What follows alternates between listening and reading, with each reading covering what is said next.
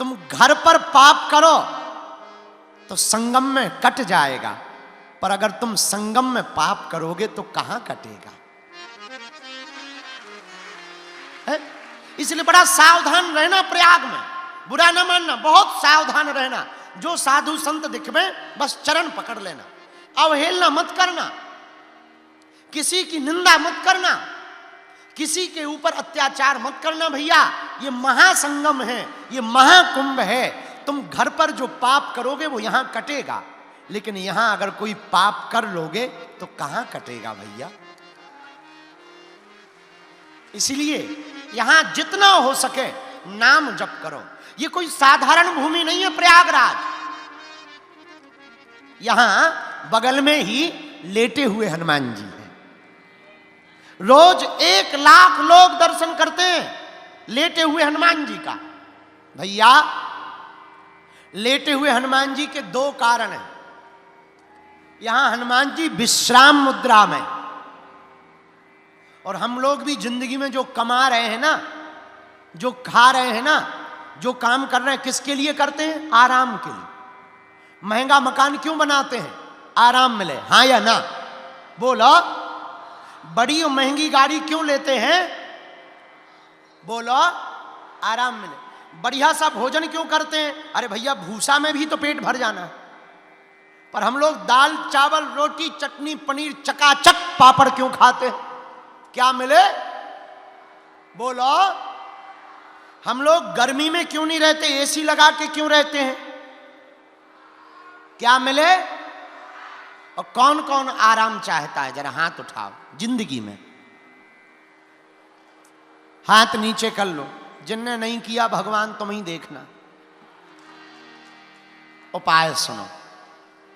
आराम की तलब है तो एक काम कर, पूछो क्या? आ राम की शरण में राम राम कर।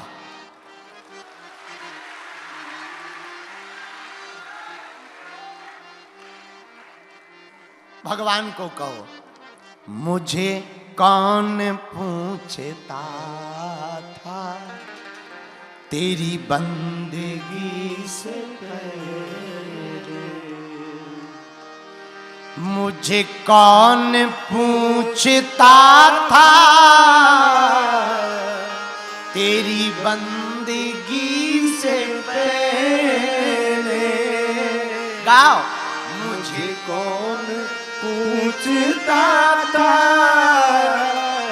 तेरी बंदगी से पहले, मैं खुद को ढूंढता था, मैं खुद को ढूंढता था इस जिंदगी से पहले।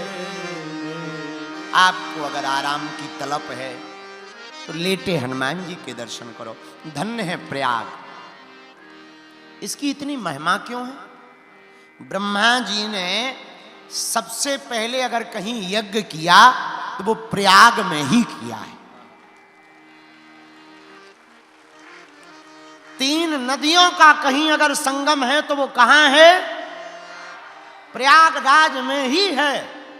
विश्राम मुद्रा में विशाल काय अगर हनुमान जी कहीं हैं तो कहां है? प्रयागराज में ही है।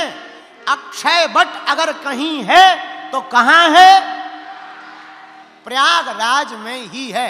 हर साल माघ के महीने में संतों का मेला जहां लगता है वो भी प्रयागराज में ही लगता है। और भैया महाकुंभ कहीं नहीं पड़ता है, अगर महाकुंभ कहीं पड़ता है तो वो भी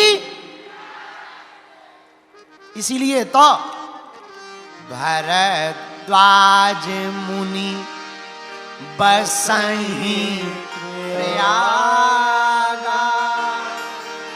तिनहि राम पद अति अनुरागा।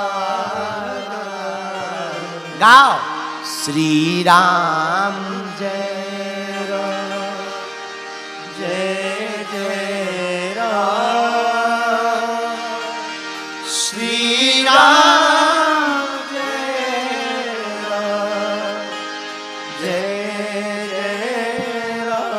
एक कारण और सुनिए प्रयागराज की महिमा का।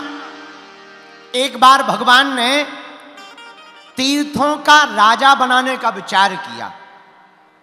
सोचा किसको बनाया जाए। संगम के किनारे पर बसे प्रयागराज को तीर्थों का राजा बना दिया। आज से सब तीर्थ तुम्हारे आदेश पर चलेंगे भैया। इसीलिए प्रयागराज की महिमा है। अलग अलग तीर्थों के दर्शन करने जाओगे, कोई छूट जाएगा, परेशान होगे, जा नहीं पाओगे, पैसा बहुत लगेगा, जेब में उतना रुपया है नहीं है, गरीबी बहुत है, कहाँ तक भटकोगे, कितने तीर्थ जाओगे, कहाँ कहाँ जाओगे। कुछ भारत में है तो कुछ अन्य देशों में भी है। हिमालय बहुत ऊंचा है, केदारनाथ बहुत ऊंचाई पर है, बद्रीनाथ बहुत ऊंचाई पर है। भैया इतने तीर्थ हम जा नहीं पाएंगे महाराज, बहुत परेशान है, कोई उपाय बताओ, एक ही जगह पर काम हो जाए। तो संत बोले भैया, भगवंत श्री ठाकुर जी बोले सुनो, किसी को कहीं भटकने की जरूरत नहीं है। जो भी कुंभ में आकर यहां डुबकी लगाएगा तो उन मनुष्य, नाग, गंधर्व और किन्नरों के साथ सब तीर्थ आकर के यहां डुबकी लगाएंगे, सब तीर्थ के जाने का फल प्राप्त हो जाएगा। कितनी बढ़िया बात है। 5 किलो मेढक तौलना हो और अलग अलग मेढक रखोगे तो एक आध उचट ही जाएगा। 5 किलो मेढक तौलना हो और अलग अलग मेढक रखोगे तो एक दूठा उचक जाएंगे। जब तक 5 किलो होगा तब तक फिर फटा। क्या करें कि 5 किलो मेढक की तुलाई हो जाए। एक काम करो, एक ही मेढक खोजो जो 5 किलो का होवे। हाँ, झंझट खत्म। एक पकड़ो। हम नहीं कह रहे, संत कह रहे, एक ही साधे सब सधे, सब साधे सब जान। जैसे हमको मान लीजिए मिनिस्ट्री में किसी से काम करवाना हो और 4-5 मंत्रियों से करवाना हो। अलग अलग मंत्रियों के पास जाएंगे, परेशान हो जाएंगे, कोई मंत्री मिलेगा नहीं, कोई टाइम नहीं देगा, कोई कुछ करेगा, कोई कुछ कहेगा। क्या करें? एक उपाय है, मुख्यमंत्री को पकड़ लो। मंत्री कहां हाजिरी लगाने जाते हैं? किसके पास जाते हैं? बोलिए बोलिए बोलिए। अब बहुत मुख्यमंत्रियों से काम पड़े, अलग अलग प्रदेश में जाएंगे, टाइम देंगे नहीं देंगे, पर मिलना जरूरी है। तो क्या करें? प्रधानमंत्री को पकड़ लो, झंझट खत्म। उसी प्रकार बहुत तीर्थ जा पाए या ना जा पाए, एक काम करें, कुंभ में आकर के जब जो है महाकुंभ, पूर्ण कुंभ या अर्ध कुंभ पड़े तो कुंभ में आकर हम डुबकी लगा लें तो कहीं जाने की जरूरत नहीं है, यहीं सब प्राप्त हो जाएंगे। ये महिमा है प्रयागराज की। किसकी महिमा है? जोर से बोलो, जोर से बोलो। बात बोलें भैया, कह दो बोलो। हमको तो ऐसा लग रहा इतने करोड़ों लोगों की भीड़ देखकर इस भीड़ की व्यवस्था आदमी तो कर नहीं सकते हैं। हमें लग रहा स्वयं हमारे हनुमान जी रोज डुबकी लगा करके पहरा कर रहे। हाँ,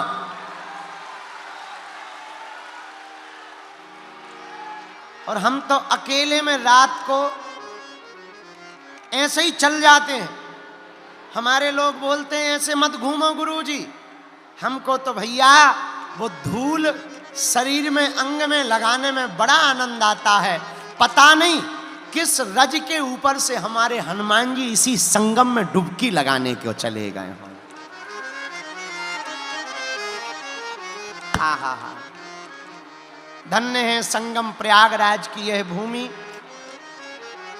धन्य है, धन्य है। आज की कथा की ओर हम बढ़ते हैं। हनुमान जी बानर बनकर प्रकट भये। बानर का मतलब जो नर में श्रेष्ठ है वो बानर है। बोलो सीताराम। जोर से बोलो, और जोर से बोलो। शंकर जी के अवतारी श्री हनुमान जी अंजना माता के यहाँ प्रकट भय। भगवान प्रकट कब होते? जब जब हो ये धर्म की हानि, बारही असुर अधम अभिमान। तब तब धरि प्रभु विविधि शरीरा, हरि कृपा निधि सज्जन प्रिय। करोड़ों सज्जनों की पीड़ा का हरण करने के लिए हनुमान जी प्रकट भय। बोलो जय बजरंग बली की। अंजना माता के यहां वीर बजरंग बली प्रकट भय। हनुमान जी की मुखाकृति को देखकर अंजनी माता बड़ी प्रसन्न भई। आहा, थोड़े दिन बीते, सब लोग बधाई देने आए। माता अंजना ने वीर बजरंग बली को पलना में पोड़ा दिया। हनुमान जी महाराज पालने में पोड़े पोड़े आनंद के साथ मुस्कुराने लगे। हनुमान जी के दिव्य रूप चमकदार आभा को देखकर वन में रहने वाले वनांचलवासी ऋषि मुनि महात्मा सब प्रतिदिन कोई ना कोई बहाना बनाकर हनुमान जी के दर्शन करने आ रहा है। और जो महात्मा हनुमान जी को गोद में ले ले, इतना धन्य हो जाए। बड़े चमत्कारी बाल्यकाल से ही हनुमान जी हैं। किसी को तेज ज्वर बुखार चढ़ा हो और अगर वो बाल रूप के हनुमान जी को गोद में लेकर के महात्मा खिला ले तो छूते ही, स्पर्श करते ही उसका ज्वर शांत हो जाता है। ये जन्मते ही हनुमान जी में कला है। इसलिए तो गोस्वामी जी ने लिखा, ना से रोग हरे सब पीड़ा, जपत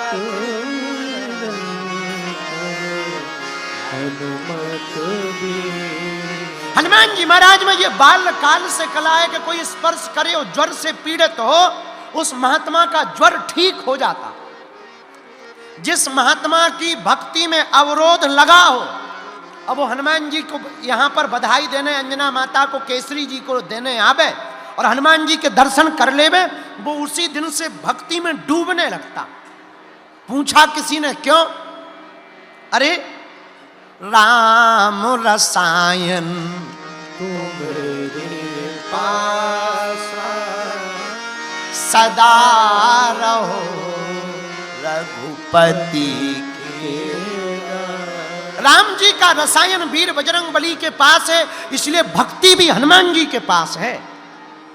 आहा, धीरे धीरे समय बीता, थोड़े बड़े भय। मां को कहा, मां भूख लगी है। मां बोली, बेटा मैं अभी कुछ लेकर आती हूं। और माता जी को थोड़ा देरी हो गई। तब तक हनुमान जी ने आकाश में सूर्य भगवान को लाल लाल देखा। तो अंजनी के लाल ने लाल लाल सूर्य को देखकर समझा यही बढ़िया फल है।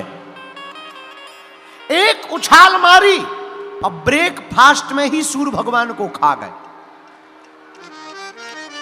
हम एक दिन सोच रहे थे कि मान लो हनुमान जी अगर सूर्य को निगल जाते, उगलते ना, तो कितना अंधेरा रहता।